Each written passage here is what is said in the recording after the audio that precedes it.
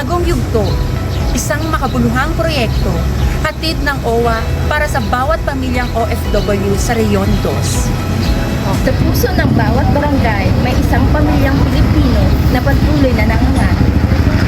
Sa bawat barangay, may pamilyang naghihintay. May kwentong puno ng sakripisyo, pag-asa at pagmamahal.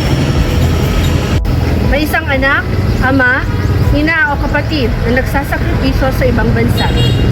At may isang komunidad na handang sumuporta at umalalay. Isang matagumpay na paglulunsad ang isinagawa nitong Abril 25, 2025 kung saan sama-samang tumindig ang OWA Rehiyon 2 at mga komunidad sa likod ng adhikain. Ang formal na paglulunsad ng parokya ng OWA sa barangay at pamilyang Overseas Filipino Workers 2.0. Ang parokya ng OWA 2.0 ay simbolo ng pagbabagong pinangungunahan ng malasakit at dedikasyon. Hindi lamang ito proyekto, kundi isang pagkilos tungo sa mas inklusibong serbisyo para sa bawat pamilyang Overseas Filipino Workers sa Rehiyon 2. Sa tulong ng programang ito, hindi na kailangang lumayo dahil ang OWA ay narito na sa mismong barangay. Mas mabilis, mas malapit, mas ramdam. Mas pinatatag natin ang ugnayan sa mga barangay at parokya upang mas mabilis, mas magaan, at mas bukas ang ating serbisyo.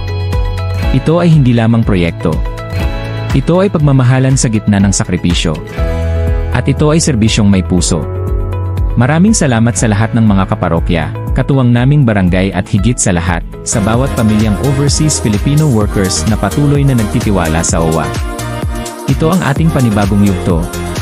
Isang parokya, isang barangay, isang pamilya, at isang layunin,